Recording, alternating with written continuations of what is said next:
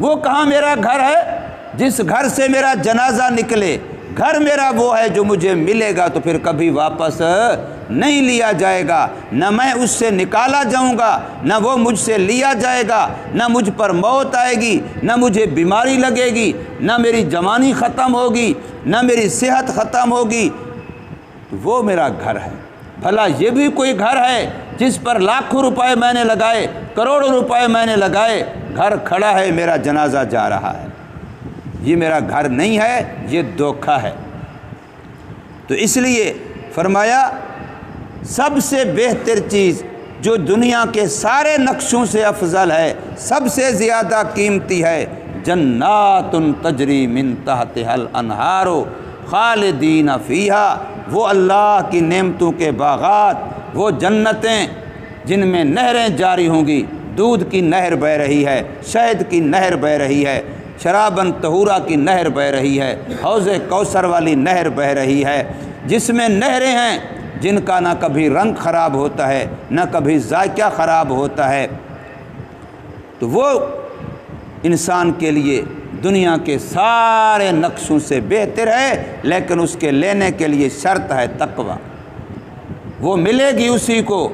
للذین اتقوا، جو تقوی والے ہوں گے۔ اور دوسرا فرمایا وازواج مطہرہ، پاکیزہ بیویاں جن کے اندر گناہوں سے بھی پاک ہوں گی، نافرمانی سے بھی پاک ہوں گی، تھوک سے بھی پاک ہوں گی، ناک سے گندے پانی سے پاک، پسینے سے پاک، پیشاب سے پاک، پاخانے سے پاک، حیض و نفاس سے پاک،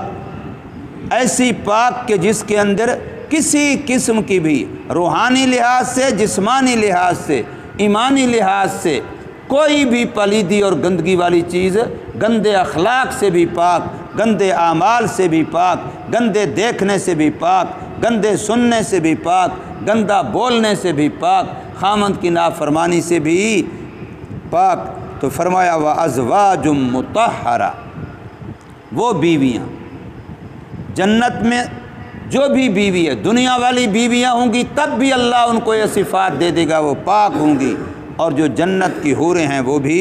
پاک ہوں گی۔ اور تیسرے نمبر پہ فرمایا وَرِضْوَانٌ مِّنَ اللَّهِ، اور اللہ کی رضامندی، اللہ کی خوشنودی۔ حدیث پاک میں آتا ہے جب جنتیوں کو جنت مل چکے گی، جنت کی نعمتیں مل چکیں گی، تو اس وقت رب کائنات کی طرف سے پوچھا جائے گا بتاؤ کسی اور چیز کی ضرورت ہے؟ بتاؤ کسی اور چیز کی ضرورت ہے؟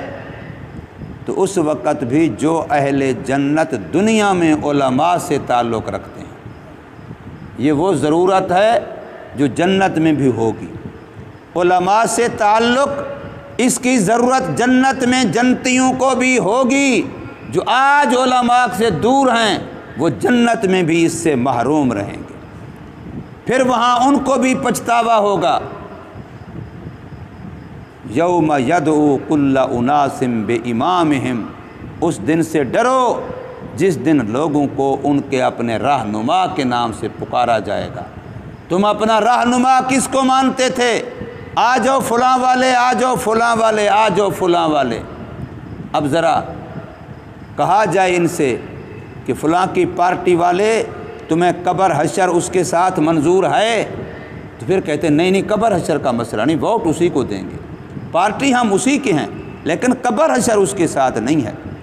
اگلے دن ایک جگہ پر بات ہوئی، میں نے صاف کہہ دیا مجمع میں،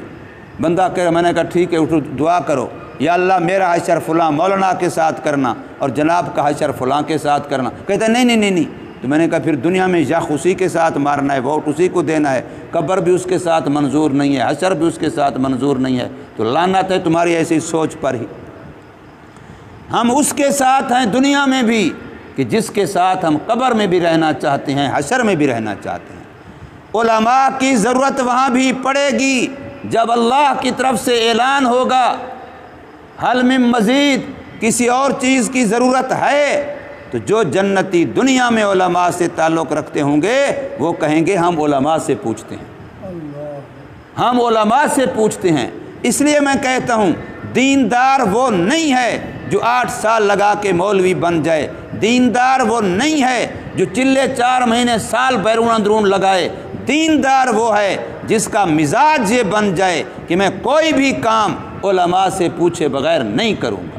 وہ دیندار ہے۔ چاہے اس نے ایک دن مدرسے میں نہیں لگایا، ایک دن تبلیغ میں نہیں لگایا، لیکن مزاج یہ بن گیا ہے کہ میں علماء سے پوچھے بغیر کوئی کام نہیں کروں گا، یہ بندہ دیندار ہے۔ تبلیغ میں یہی مزاج بنایا جاتا ہے، مدارس میں یہی مزاج بنایا جاتا ہے کہ ہم نے زندگی گزارنی ہے علماء سے پوچھ پوچھ کے۔ تو وہاں بھی علماء سے پوچھتے ہیں، جب علماء کے پاس آئیں گے تو کہیں گے یا اللہ نے ہمیں اتنا دے دیا ہے کہ ہمارے وہم و گمان میں بھی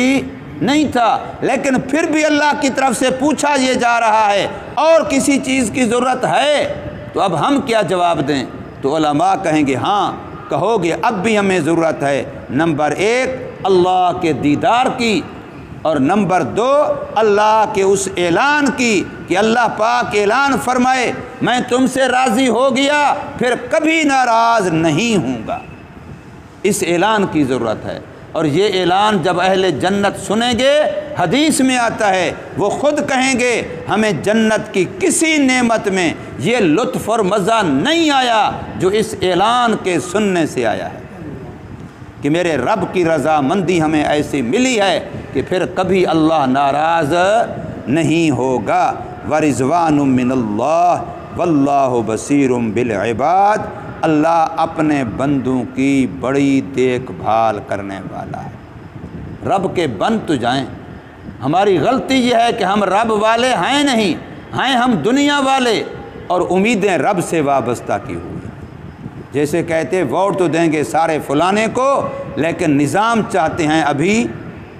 خلافت راشدہ والا،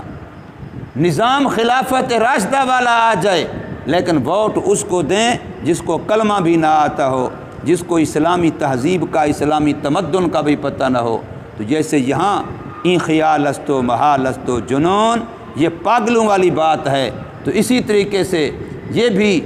کہ ہم اللہ کے بندے بنے نہیں ہیں، بندے اپنے نفس کے بنے ہوئے ہیں، بندے شیطان کے بنے ہوئے ہیں، بندے اپنے ماحول مزاج کے بنے ہوئے ہیں، بندے جتنے گن اپنے بندوں کے گاتے ہیں جن کو اپنے لیے قیادت مانتے ہیں کہ جی فلاں میرا قائد ہے، جتنے گن اس کے گاتا ہے اتنے گن اس رب کے نہیں گاتا جس نے ماں کے پیٹ سے لے کے آج تک تجھے پالا ہے،